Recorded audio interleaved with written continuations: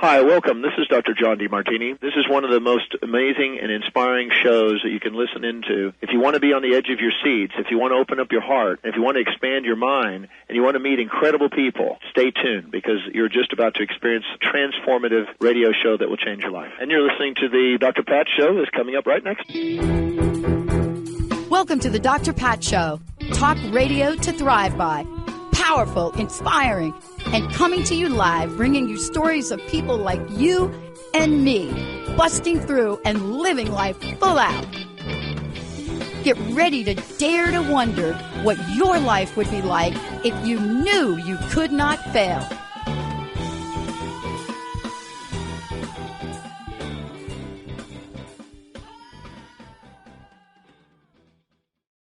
Everybody, welcome. It's so great to have all of you tune us in and turn us on today. Thank you so much for doing that. We have a great show lined up for you today. Actually, we have a great number of shows lined up for you today on Transformation Talk Radio. After this show with Dr. Loretta Billoups, we have another show and then another one at 11 because we have responded to what you want to hear more about. Today's show is absolutely one of the must listen to watch shows, relationships and your mental health with Dr. Loretta Billoups.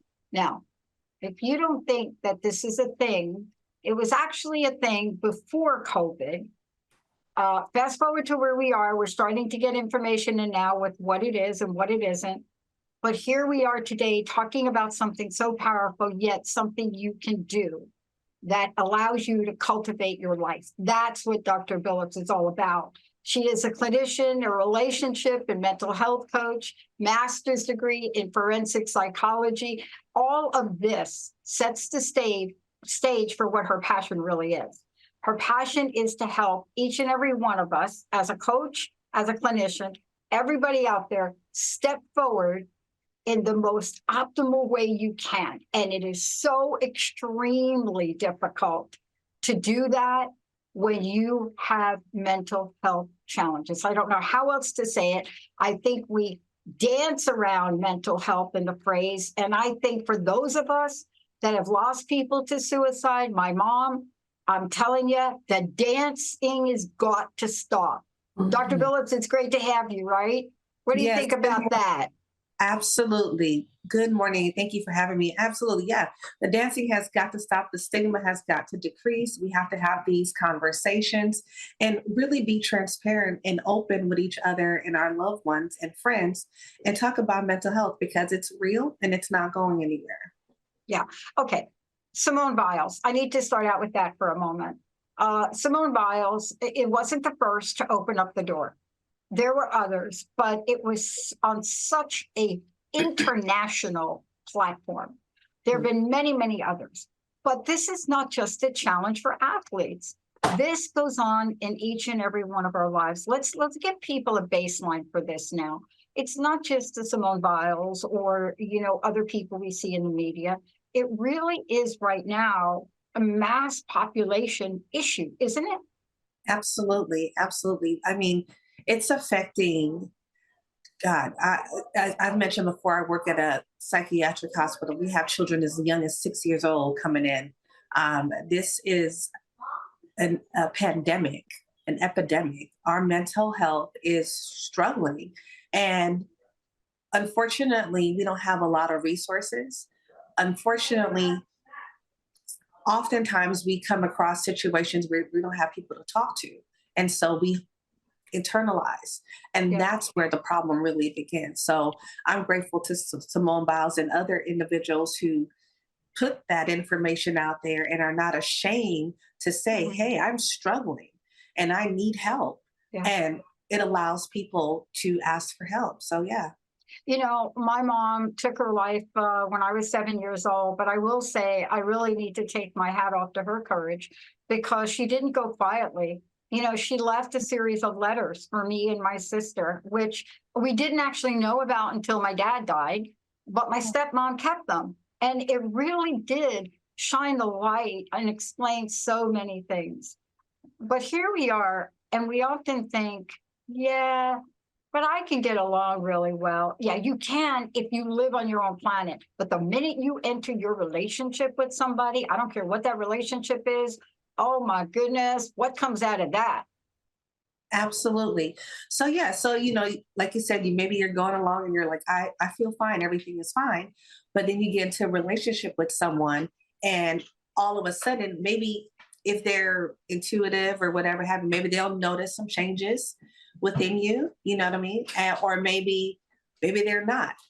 It really just depends. But when you're in a relationship with someone and there's mental health problems, 9 times out of 10, the relationship will start to go south because you're not at your best. You're not able to do the things that you normally enjoy, whether it's things you enjoy, in your alone time or with your partner. So the relationship will unfortunately end up suffering. Yeah. And I love this question because I don't know that we're going to answer this question today, but it's the old, it's a chicken and the egg question. And this is a question I know you must get. I know I get it, which is, well, wait a minute. Is it my relationship that caused my mental health challenges or did I have them before? You see how that little cycle goes. Yes. And, the thing that I looked at or have looked at, especially in my own family and especially with the people I work with, is there's usually a sign that shows up whether you're in a relationship or not. There's usually a sign that points out to an area of vulnerability we should be aware of. Now, I'm not saying that this is what you bring into a relationship. I'm saying there may be a sign. But what's your experience? Is it that there's something that may exist before and then the relationship just triggers it? What have you seen? I've seen it both ways, but majority it's something that has existed before. And I also have to bring up the things that we experienced childhood. I was working with a client, a male, and he was expressing to me that he all of a sudden he started, this is according to him, all of a sudden, but we know it's not all of a sudden. All of a sudden he started to become very jealous of his partner and not wanting her to go out with his friends, and he started to express a lot of aggression towards her, and started to be very controlling. And when we dissected that, what we found out was this man had a extensive history of abandonment. His mother was in and out of his life growing up. She was on drugs. He was neglected, mistreated, whatever have you. Yeah. And because he did what he thought was a good job of suppressing that, it came up later in his current relationship, where the minute his girlfriend was, out of his sight for a couple of hours, he began to agonize. Is she cheating on me? When is she coming back? And things like that. So to answer your question, I think that it's something that we've had, we experienced in our lives, whether it's with caregivers or previous relationships, and then we bring it into the current relationship. And again, that person suffers because of the things that you experienced in the past. I want to talk about some things. I related to my mom a little bit, and clearly her letters to myself and my sister. Actually, she wrote them to my dad, but the letters really talk to some of the characteristics I want to go over with you now, because it's one thing for us to see the event. By the time anything hits the media, we're so far beyond, any kind of signs or symptoms, right? What are some of the characteristics that you've seen, and how often is it that we just be like pushing them aside? We're like, oh, okay, that was just a moment, but that's not really anything going on with me, right? Denial is the enemy of mental health, I think, at some point. Right. Absolutely. It is. It really is. So some of the characteristics in relationships that I see are like the constant arguing or bickering, self-centered, lack of communication. In our last podcast, we talked about abuse, how that's a big issue.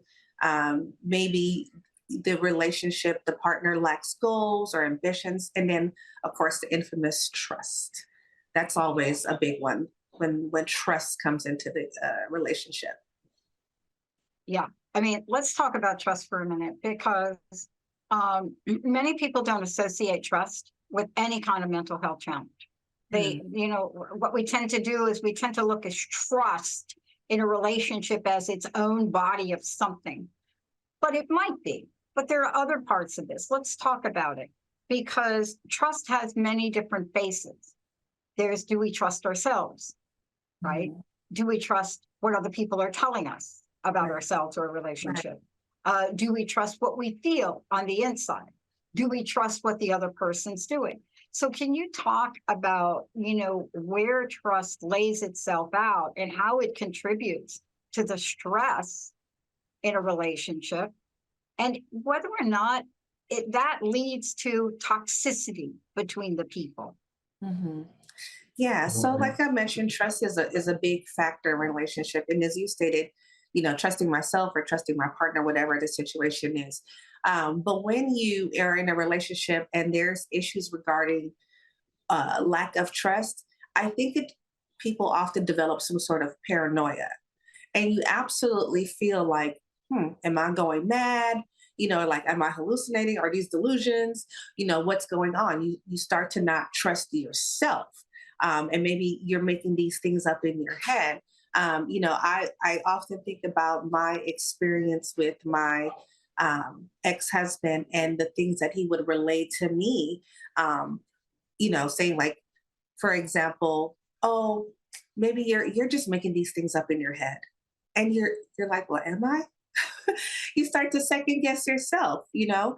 So trust is a big issue in relationships. And I think once the trust is gone, again, the relationship will falter. And it's not like you can't rekindle and have the relationship develop again once you build the trust, but it takes a lot of work. And sometimes people just don't have the energy or the time to do that. When we look at this and we take a look at what's in front of us, you know, I think it's one of the hardest things, Dr. Billoups, I think one of the hardest things is to really have that moment of awakening. You know, that moment where, albeit maybe a fleeting moment, it's a wake-up moment. It's where something that happens, right? You see something, and what it does then is it gives us information. I don't want to say that it gives us information, that's so obvious, but we have a sense that something is not right. We have a sense of something's not right in the relationship. We have a sense of something may not be right with me. And I use that term very loosely. You know, when I say the word right, what I mean is, you know, we're not in harmony. There's something that's out of harmony. There's a dissonance, so to speak. Right. You know, because harmony is what we're shooting for here, right? At some level. And I wanted to ask you, when we get that sense, right, what can we say to people to help them not ignore it or throw it to the side? Because then we have to talk about what it leads to and how it might accelerate into something other than just a sign. It could develop into anxiety. It could develop into so many things. But what should people know about that moment that their eyes are wide shut and they realize, oh, something's a little off here? Yeah. I would always say trust your gut. Always go with your gut. If you're feeling that something is off and, you know, things aren't jiving right, trust your gut. You know, if you have a friend that you have been in a relationship with for quite some time and they know you in and out and you feel that they are very supportive, have a conversation with them. Like, you know, I've been experiencing these things and, you know, is it me? Is this reality? You know, kind of help me walk through this, help me process this, but always go with your gut. I don't think our gut is there for a reason. And I don't think it's going to lead us astray. You know, when those hairs stand up on the back of your neck, it's for a reason. So, you know, go with what you're feeling, because oftentimes you're correct. And we always want, you know, to have someone to as I like to say, like, amen, like go along with us. And if you need that, fine. Like I said, find that friend, but mostly trust your gut. 9 times out of 10, you're right on it. Well, we're going to take a short break. And when we come back, we're going to really start to look at this and peel this back. For many of us, we have been in situations where we knew something, life, whatever you want to call it, we just had a sense that something wasn't the way it was to be to get us to happiness. There was something that was going on, and we didn't quite know what it was. When we come back, we're not only going to talk with Dr. Billoups about, what are the first signs of mental health, but what are their cousins? What are the strange bedfellows that you would never recognize, perhaps, and think, oh, wait a minute, this is a mental health issue, and it is putting my relationship at risk. Now, coming up for the holidays, everybody, this is a big topic. We're just winding ourselves into this holiday. Remember, we have not had this holiday quite like we're having it right now in a couple of years. So there's a whole lot of stuff going on right now about this. But what should you be aware of? We're going to take a short break, and then you're going to be so excited to hear what the first cousins, who they are, what they do, and what the heck you can do about those cousins. Let's take a short break, Benny. Jacob, we'll be right back.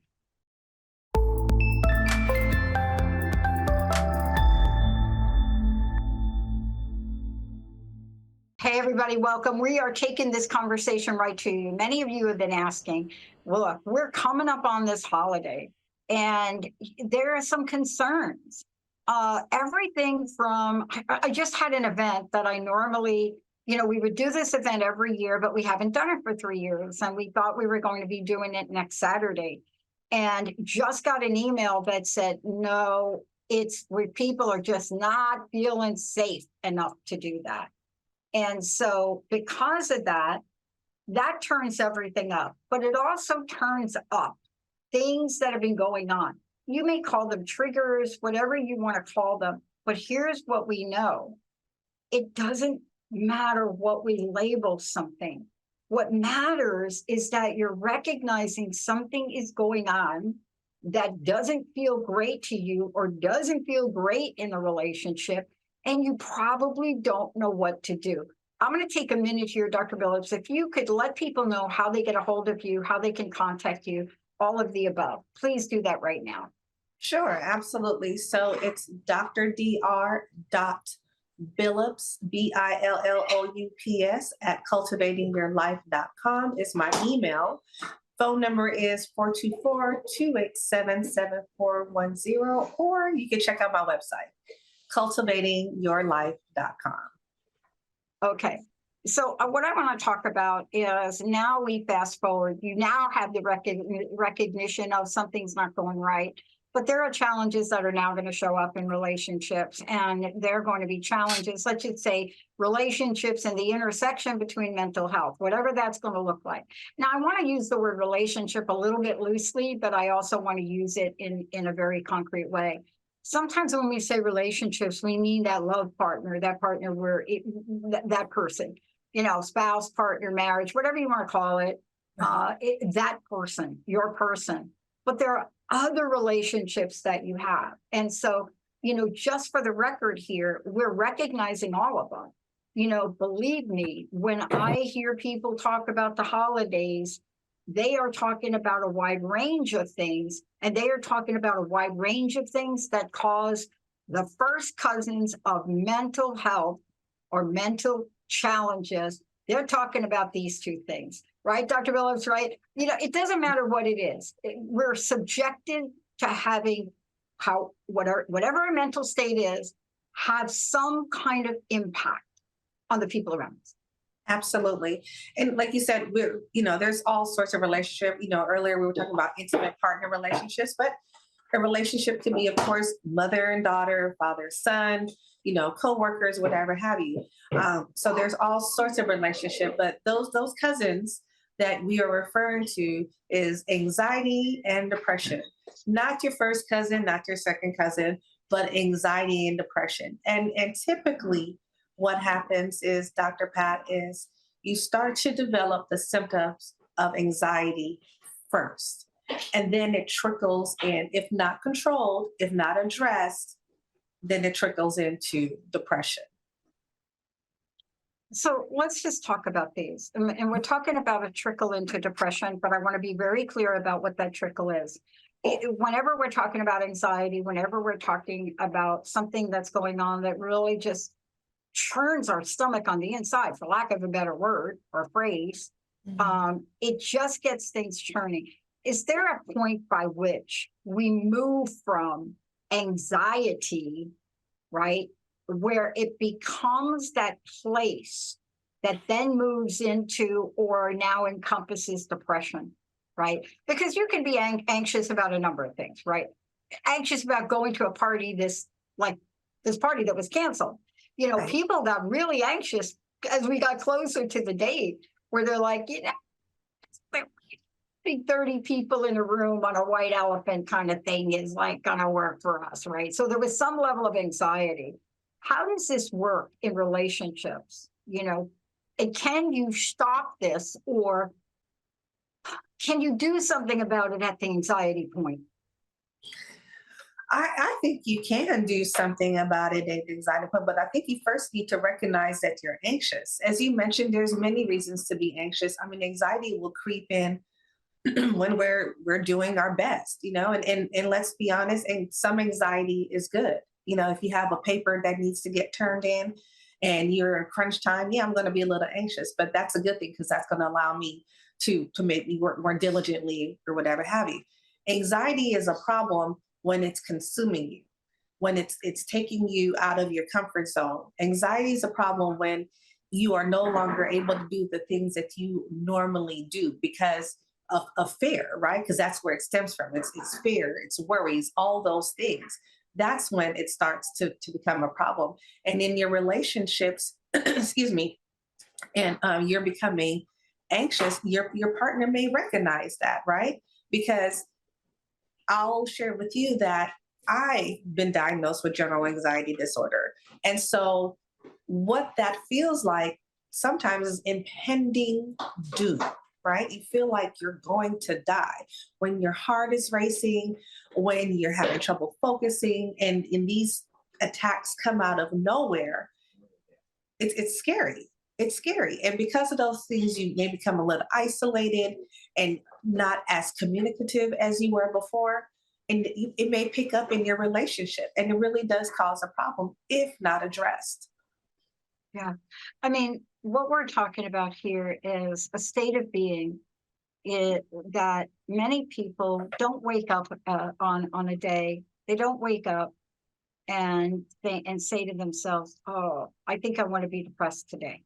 Mm-hmm. And so this is really, I want to get back to something we started to talk about earlier. You know, the fact that we saw the pinnacle of a mental health challenge at the Olympics with Simone Biles. Mm-hmm. That does not mean that started like at the Olympics. And so there are signs and there are symptoms. What does anxiety look like for the people that are listening? You know, I gave you a case of my friends and the light bulb, like, we really miss you all, but hello. 30 people at a white elephant, even with masks, really scared some people, scared people. Yeah.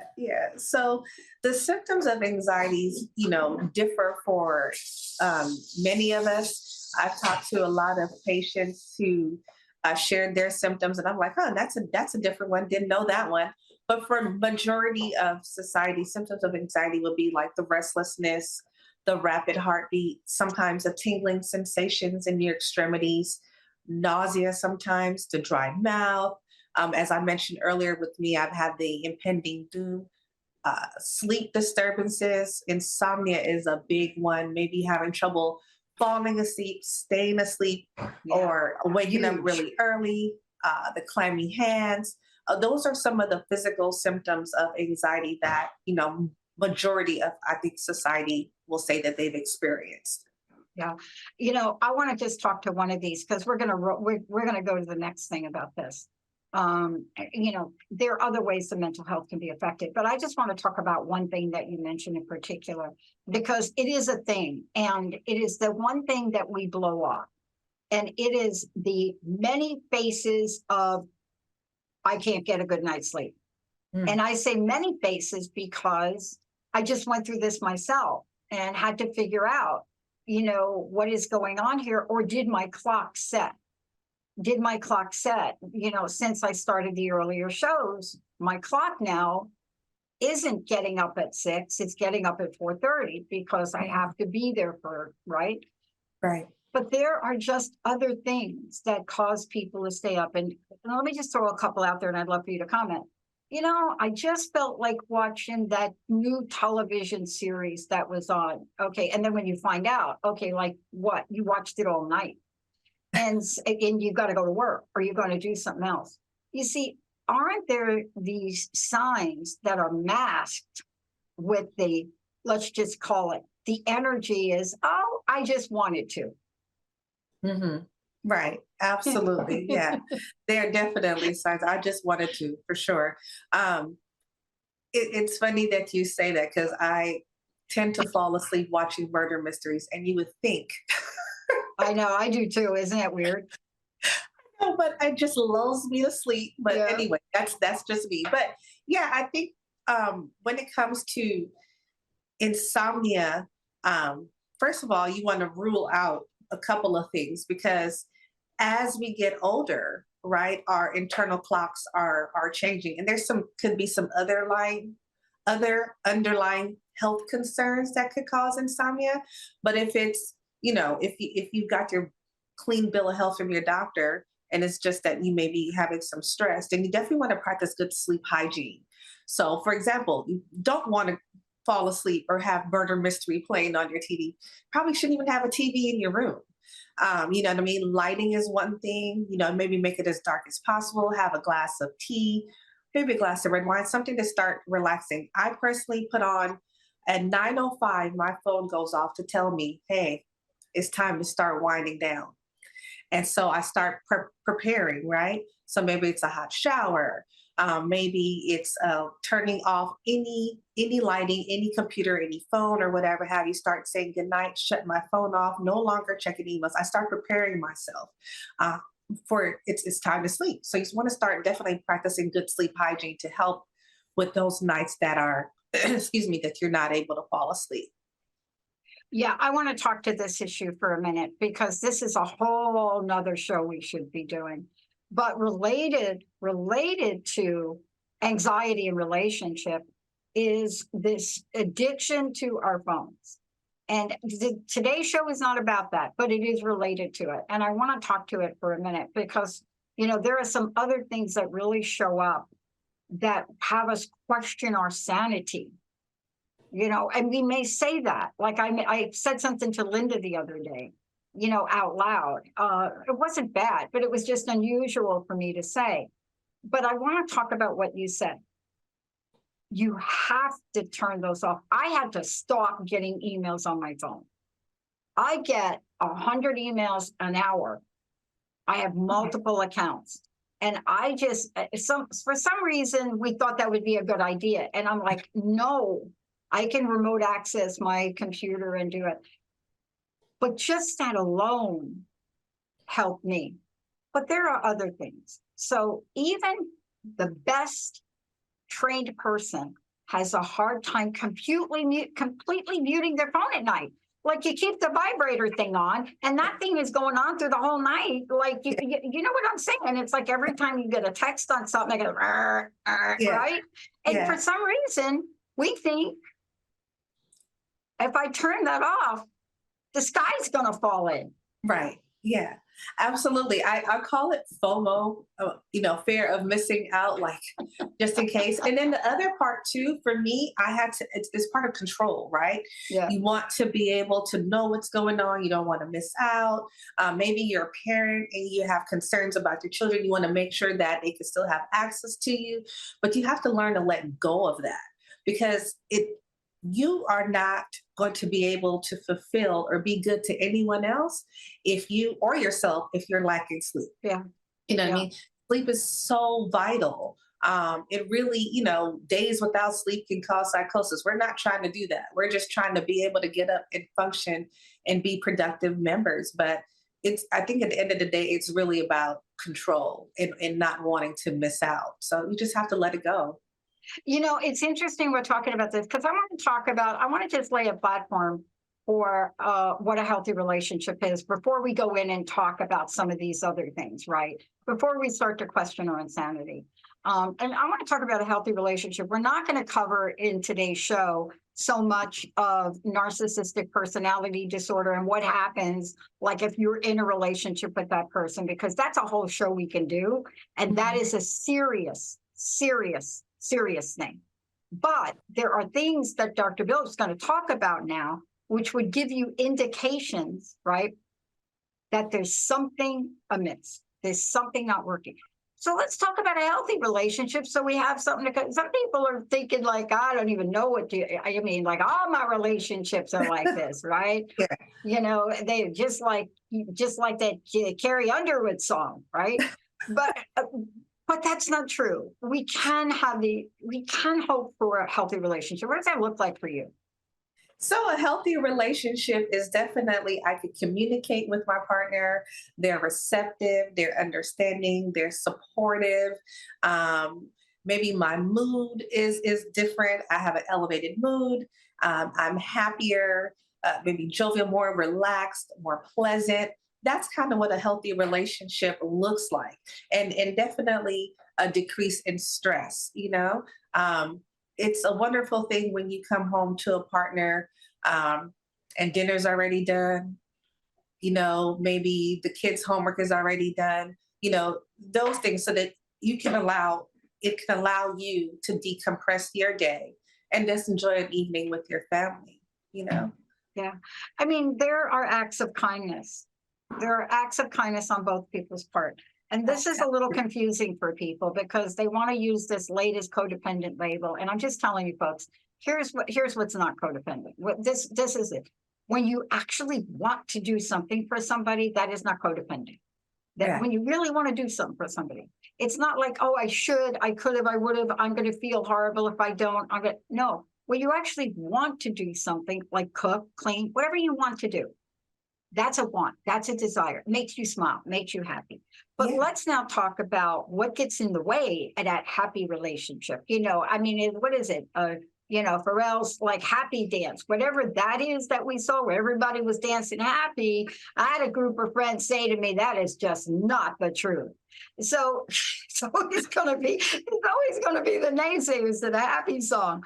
But let's talk about this because you desire to want to have that feeling, and yet something pops up as an indicator that says, oh my goodness. Let's talk about the S word, stress. I remember being executive in HR in a Fortune 50 company. And I remember bringing this in to the executives. I reported to the executives and I said, we have got to have an EAP.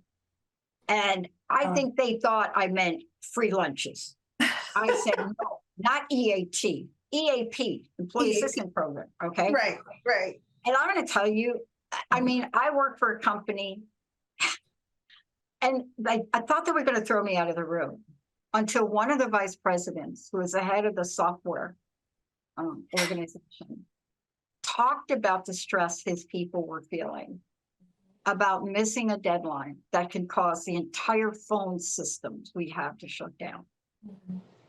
Let's talk about stress because we're coming into the holidays. We blow this thing off. We're coming out of 3 years of COVID. We think it's over. We think we're cured. And yet my white elephant was canceled. Right. Stress. Oh God, the S word. Yeah. In some instances, as with a lot of things, stress can be good. Like I said, if you are trying to meet a deadline and you really need to get something done, yeah, that's good stress. It's when it's prolonged, right? And then it starts to affect you physically. That's when it's a real cause for concern. And some of the physical symptoms you can get from prolonged or chronic stress is definitely the heart issues, maybe racing heart, high blood pressure, high cholesterol, stomach issues. I've had a lot of people complain about like, digestive problems, not being able to digest their food properly or feeling nauseous or just like really crabby, changes in sex drive. You know what I mean? Definitely in that area, you're probably not interested at all. The headaches is another one I hear a lot about. People getting constant headaches almost on a daily basis. Nothing seems to be working. They're going to the doctor because at this point, the headaches are so often they think, everybody likes to go to Google and WebMD themselves and like, oh my God, I have a tumor because of some of the symptoms that they are having. Acne is another one. You're thinking, okay, I'm an adult. Didn't I already pass this stage in my life? And all of a sudden, you're starting to develop acne all over your face. So yeah, stress is a big thing in the relationships. And as you mentioned, is that time of year. You know what I mean? We're all trying to please our loved ones. Pick up things for our kids to make them happy, and not realizing that, we're emptying out our accounts because we're so busy trying to please other people. But it does cause a lot of stress. And these are the things you really need to look for. Yeah. And we're going to talk about a couple of really, I think, seriously important ones in a minute. But before we do, Dr. Billoups, I think it's so important that people know how to get a hold of you, what you're doing in the world now to help with this and so much more, how they can contact you. Let's take a moment to do that because after this, we're going to talk about the two, and I'm going to say three now, that have reached the point of beyond obsession, but addiction. But before we do that, how do people get a hold of you? So you can email me at dr.billoups@cultivatingyourlife.com, and it's spelled BILLOUPS. You can definitely give me a call at 424-784-2410, or check out the website, cultivatingyourlife.com. And on there, it'll give you a bunch of information about relationship and mental health coaching. And then there's also a page where you can reach out to me, and I'll respond typically within 24 to 48 hours. Okay. Thank you for that, because what I'm about to talk about now is something that you brought up. I'm going to hold paranoia for a moment off the list for a second. Okay. Because we have got to address drugs, alcohol, and food right now. Mm-hmm. Now, newsflash, if you haven't heard me say this before, online alcohol sales reached an all-time high. The percentage over and above before COVID, the percentage went up to 750%. Now, why am I bringing it up? Because it's not going down. It's not like a COVID thing anymore. And so let's talk about this, because now we're into, whatever you want to call it, fear, anxiety, depression, whatever that feels like for you. You're in a relationship and man, I just need to numb myself, right? Mm-hmm. And believe me, food is part of that list for me. I don't know about you, Dr. B. Yeah, definitely. We want to suppress and ignore and just hope that by the time we look up, everything is gone. And we do that with these vices, whether it's alcohol, drugs, or as you mentioned, food, right? Because in that moment, when we're consuming these things, it makes you feel better, right? I don't have to think about work. I don't have to think about the trauma that I experienced in the past. In this moment, right now, I feel good. You know what I mean? I'm eating my favorite meal or whatever have you, or I'm drinking my favorite whatever. But it tends to allow you to stay present. But here's the thing. When you sober up, when you've digested your food, everything that you try to numb, everything that you try to suppress comes crashing back, right? For that moment, you feel amazing, but that's just a Band-Aid. That's just a Band-Aid. You literally need to have these conversations. Yeah. You know what I mean? But it is that time of year where we indulge and, you start to say, well, just one more or whatever have you. And, sometimes it's okay. But it's when it becomes excessive and then it's it's taking you away from responsibilities. It's taking you away from relationships. I can no longer rely on you. You're no longer able to be accountable. That's when it becomes a problem. Look, I have been working in the addiction and recovery arena with women. I work with women that are in recovery for about 30 plus years, a little longer than that. That was one of my mom's issues was, back then to silence women, you gave them prescriptions. They used to call them barbiturates, the same thing, whatever you want to call them.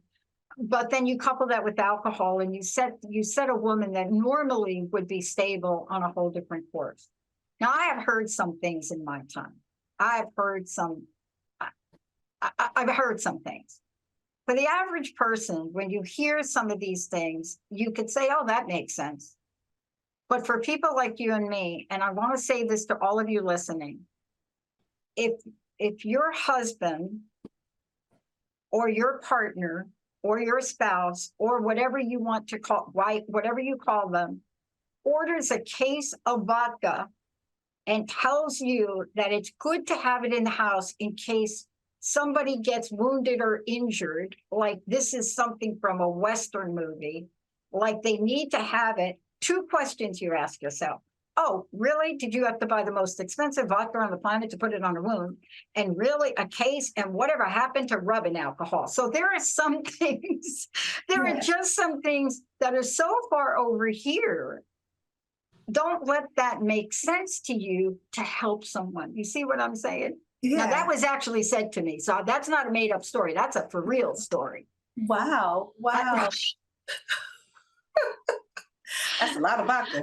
That's a lot of vodka. And I'm like, oh my God, couldn't you get the $2.39 vodka, right? That matches the price of rubbing alcohol. I mean, for a minute I bought it because it was at the moment where there was nothing on the shelves. Yeah. There wasn't rubbing, right, okay. But then I thought, come on. Right.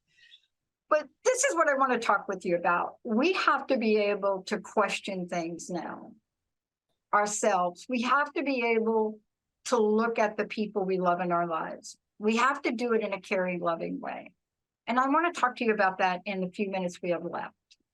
Because clearly when that person did say that to me, I knew they were in pain.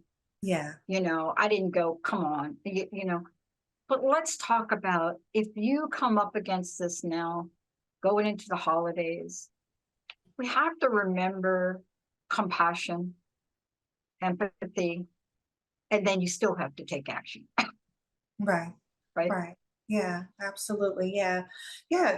People are hurting. You know what I mean? This is as joyous as this time of year is, you get to hopefully be with loved ones and share gifts and whatever have you. This can also be a time of year where you lost someone. This could also be a time of year where, maybe you don't have any family and you're alone. This time of year, although for most is joyous, for some of people, they would probably prefer to skip it all together because it's so painful. And a way to bury pain and hurt is to start drinking, is to indulge in substances. And like you said, food and other addictions, let's not forget gambling. Gambling is another form of addiction. Very big. In that moment you feel amazing. And then you check your account and you're like, I literally lost everything, and we do need to have compassion for other people. I think, we live in a very judgmental society. And you look at someone, you see someone, maybe inebriated or whatever have you. Your first thought is, again, there they go again. There go Uncle Joe or whatever have you. But Uncle Joe could very well be hurting. And if you take the time to have that conversation with that person, like, hey, what's going on? Maybe you've noticed that the drinking has increased. Maybe you notice that they're taking a little longer coming home from work because they're stopping at the drugstore. You could smell it. They reek of alcohol or whatever the situation may be. Have some compassion. Have those conversations. And do it in a way that it's you're showing empathy and, not pointing fingers, really try to understand what people are going through. And if at all possible, offer them help, offer them support. Maybe they don't want to talk about it, but just let them know when you're ready, I'm here. Yeah. And that's what we really need. And I want to say something. If your relationship is good, you still have to put the time and energy into keeping that good thing going. And I say good because there's no other word for it. But you're in that relationship, things are they're just working. There aren't the big things that come up. There may be the little thing like you burnt the turkey or something, but they're not the big things. You still have to nurture that. You still have to be aware of the things that you and I are talking about. Right. Because one night everybody's going to bed at the same time, and all of a sudden, one of you is watching television all night long. See, these are things we have to be aware of. Let's talk about what we can help people with as they go into this holiday. Because for a lot of people, Dr. B, right, they haven't done this in a while. We were Zooming the turkey last year, right?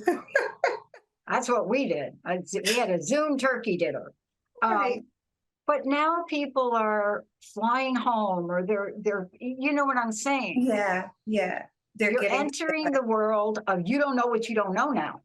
Yeah, absolutely. Yeah, we're able to come together in a way that we really haven't been able to in the last couple of years, which is a good thing. I'm excited about it to see our family flying in this year myself.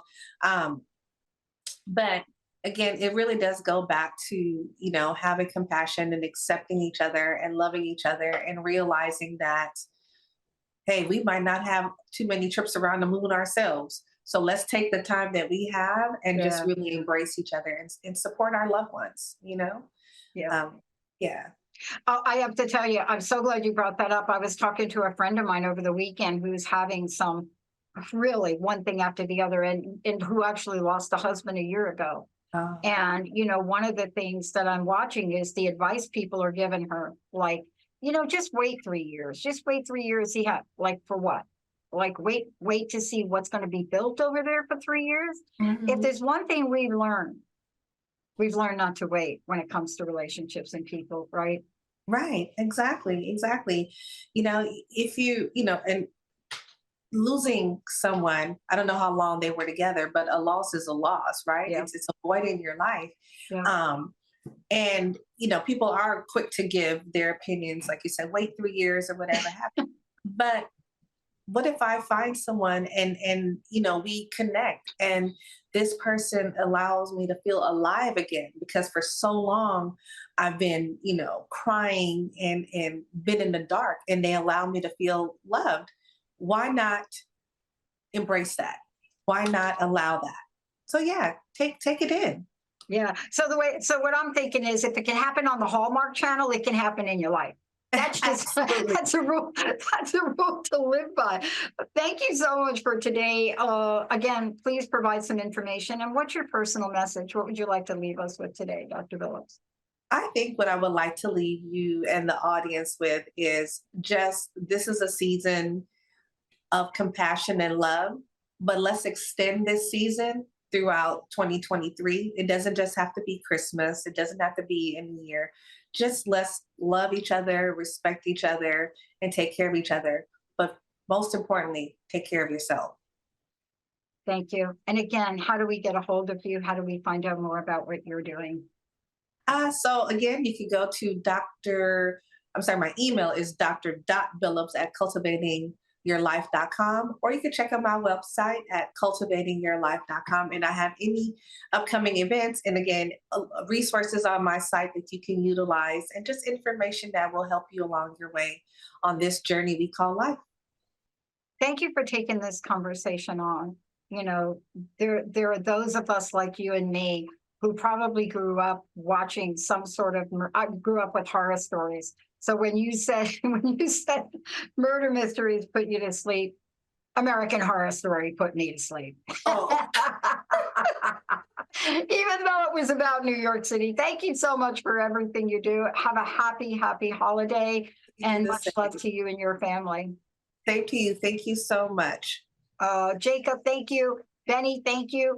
To all of you, we're going to take a short break. More to come on transformationtalkradio.com. We'll be right back.